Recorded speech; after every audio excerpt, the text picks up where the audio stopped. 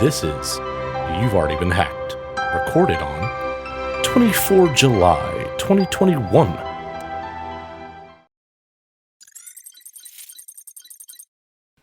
Welcome to episode 53 of You've Already Been Hacked, and just again, a small apology to my audience on the forced week off.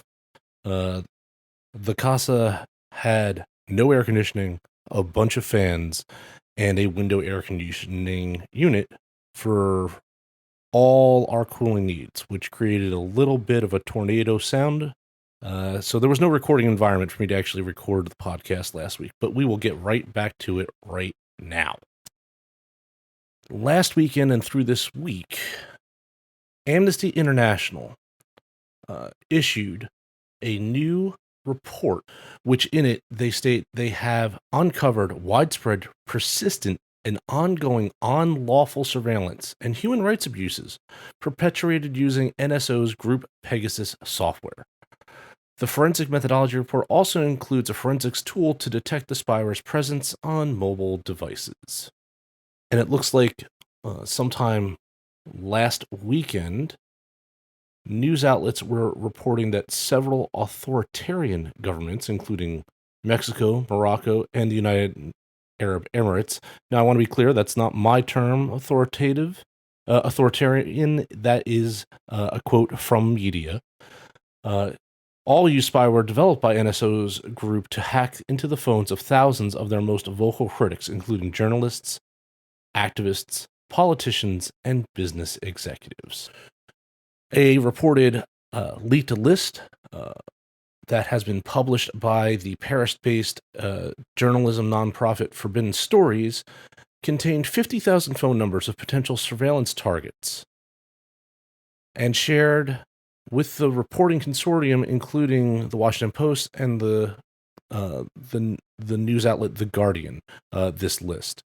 Researchers analyzed the phones of dozens of victims to confirm that they were targeted by the Pegasus spyware, which can access all the data on a person's phone. The report also confirmed new details of government customers themselves, which the NSO group closely guards. And according to what was published by the media outlets, Hungary, a member of the EU, where privacy from surveillance is supposed to be a fundamental right for its 500 million residents, was named as an NSO customer. Now, I want to be clear, I don't know any of this for fact. This is just what's out in public reporting. I have no data to back up any of these claims, so it's something that I'm hoping that we can have multiple separate verified activity that is published with data to back it. A lot of times with stories like this, what ends up happening is one outlet will report it and then another will regurgitate it, and then the echo chamber starts. So I have no hard opinion on it, just reporting what I'm seeing in published media at this point.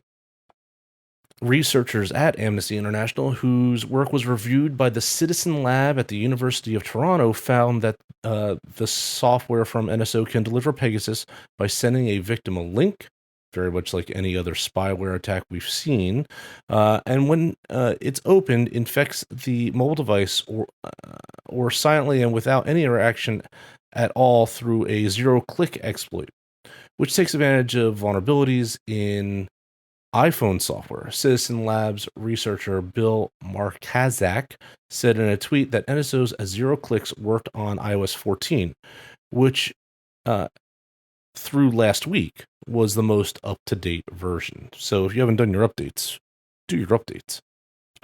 To their credit, the researchers at Amnesty International published their work and showed meticulous detail and technical notes on how this particular piece of software was working, and they also provide a toolkit that they say may help others identify if their phones have been targeted by Pegasus. The toolkit's name is the Mobile Verification Toolkit, or MVT, and does work both on iPhones and Android devices, but it does so just slightly differently. Now, for those that are more novice users, the toolkit is not simple. It's not just a double click and hope. There is a little bit of command line that's involved So if you are intent on using this to check your systems, highly suggest you definitely read up on the documentation first, or talk to one of your IT friends who may be more familiar with the command line that could assist you in this if this is something you are interested in delving into. Hopefully, since the toolkit is open sourced, someone will come up with a GUI for it that will make it easier for the masses to use and not need a little bit of that command line foo to get through using it and checking your phones. Anyone have any extra internet problems this past week? Well, if you did, Alchemy DNS was suffering from some issues. Alchemy is investigating an ongoing outage as of the 22nd, affecting many major websites and online services, including Steam, the PlayStation Network, Newegg, Amazon Web Services, Amazon, Google, and Salesforce. So if you were having problems, Alchemy might have been the issue. The issue specifically looks to be with Alchemy's Edge DNS service, which is its cloud-based authoritative DNS solution designed to provide that 24/7 DNS availability and responsiveness. So maybe it's 99.99% uptime. Now, Alchemy has publicly stated that this was not due to a cyber attack. The cause behind this global outage was a software configuration update triggered a bug in their DNS system. So cyber attack or not, bug or not, the end result to the end nodes or customers, users, all of us, exactly the same outcome. Take that for what it is, and we'll just, like every other attack, have to just kind of accept it. And this isn't the first time this has happened. This happens more often than I think any of us would like, even as late as or early as, you know what I mean. Last month, there was another worldwide outage thanks to a CDN server from Fastly, which impacted a long list of sites and online services, including some of the media outlets that we use on this podcast to do our research. Maybe it was fortuitous that I had a week off. The United States Transportation Security Administration, or TSA, released this past Tuesday a second directive requiring oil pipeline operators to implement specific measures to protect against ransomware and other threats to their businesses and operational technology networks. This new directive is linked to the growing concerns about the threat to U.S. critical infrastructure from cyber threat groups backed by the Chinese government. Just this week, the White House and the Biden administration publicly accused China's Ministry of State Security of using criminal hackers to carry out cyber espionage campaigns and destructive attacks against U.S. commercial, government, and critical infrastructure targets. In a healthy dose of government coordination, on Tuesday, when TSA was issuing this advisory, the U.S. Cybersecurity and Infrastructure Agency issued an alert on Chinese spear phishing and cyber intrusion campaigns between 2011 and 2013 that targeted, you heard how old that was, right? I just want to pause for everybody. 2011 and 2013. That targeted 23 U.S. gas pipeline operators. 13 of those organizations were compromised, 3 had near misses, and 8 of them experienced a, quote, unknown depth of intrusion, unquote.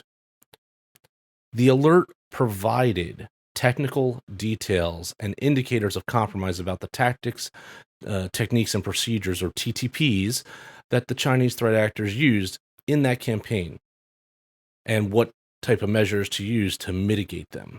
Although, depending on what type of upgrades happened, what type of networks were attacked, etc., all of that stuff may be OBE at this point.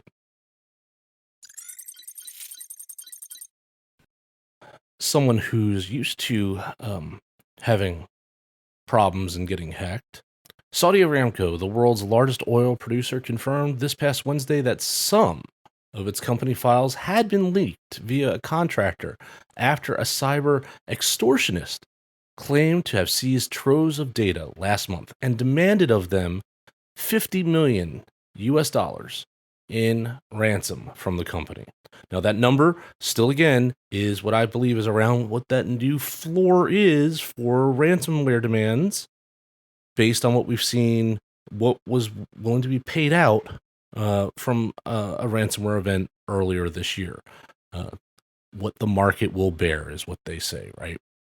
Aramco said in a statement that it had recently become aware of the indirect release of a limited number of its documents and data, which was held by a third-party contractor.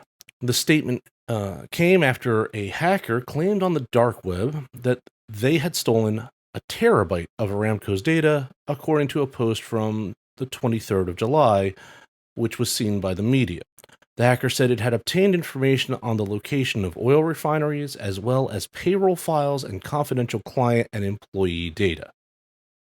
Another post from the perpetrator offered to delete the data if Aramco paid up to 50 million in Monero cryptocurrency, and that's 50 million US. What's interesting about Monero is that it is particularly difficult for authorities to trace by the way it's designed and how it transits the internet. If I remember correctly, and if I'm wrong, please comment back. I believe that Monero uses the Tor network to make all of its transaction data and activity. So yes, that would be a little bit more complicated for anybody to track down. In that post that was for deleting for 50 million, the perpetrator also put out that prospective buyers had a chance to purchase the data for a lot less, only 5 million US. And at the time of recording, it's still unclear who is behind this incident.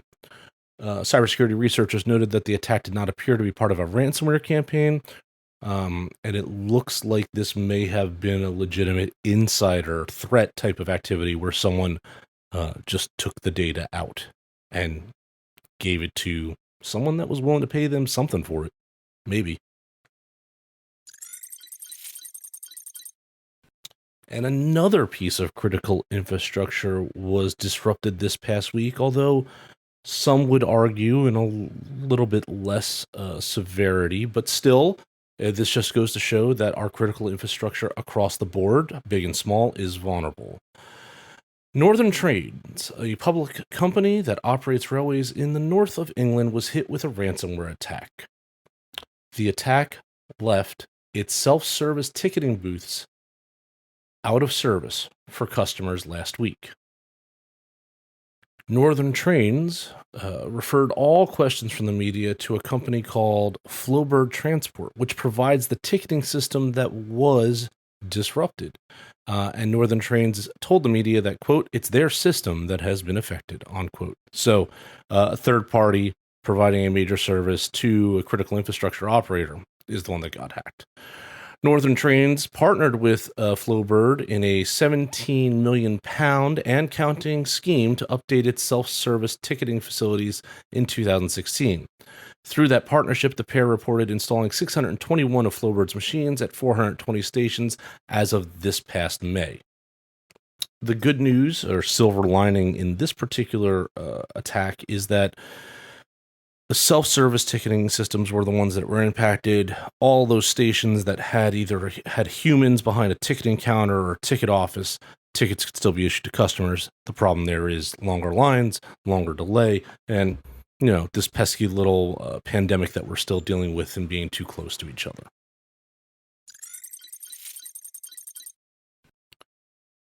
A law firm titled Campbell, Conroy, and O'Neill, counseling dozens of Fortune 500 and Global 500 companies, has disclosed a data breach following a February 2021 ransomware attack.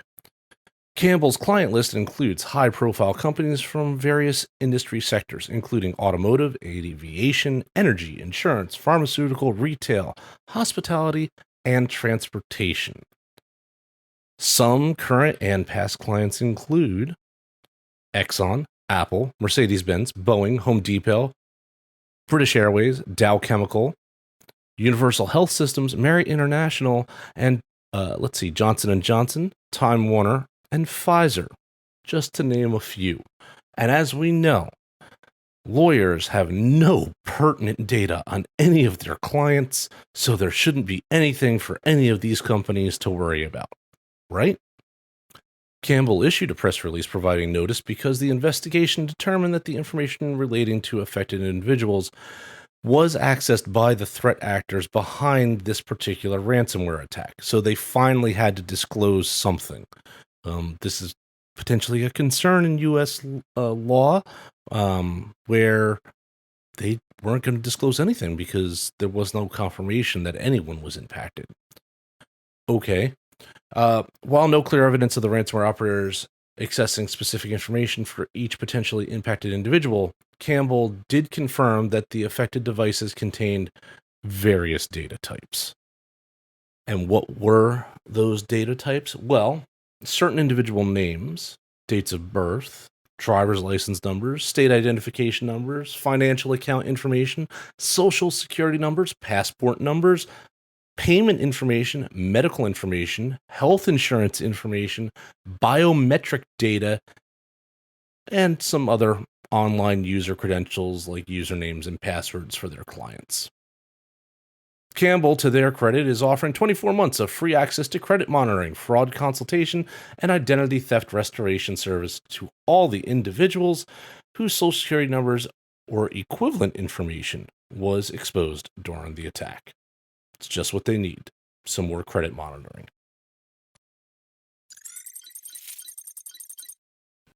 And finally, the Moldovan Court of Accounts has suffered a cyber attack that wiped out its data, including its audits of public financial organizations and government agencies. According to the news agency Mold Press, reporting on behalf of the Court of Accounts, the quote from the Court of Accounts is, "It is the first time when a supreme audit institution faces such a situation. The destruction of the public page took place in context of important audits and with impact in the society at the stage of reporting and making public of the most significant audit missions planned in the institution's work," unquote. This attack has led the agency to shut down its website while the incident investigation is taking place, and in the hope that data can be restored. The agency states that they are investigating whether the attack was arbitrary, whether it was done for extortion, or to disrupt their work. So they're not even sure why they were attacked at this point. Although, maybe if they actually still had their records, they could look back at who they were looking at and looking into and see if anybody would have really been better off if it was all wiped clean. That's all for the news this week. I'm your professor of cyber risk. We'll talk again soon. If you like this podcast, share it with your colleagues and friends. Your support is how we are able to continue to make this content. Thank you.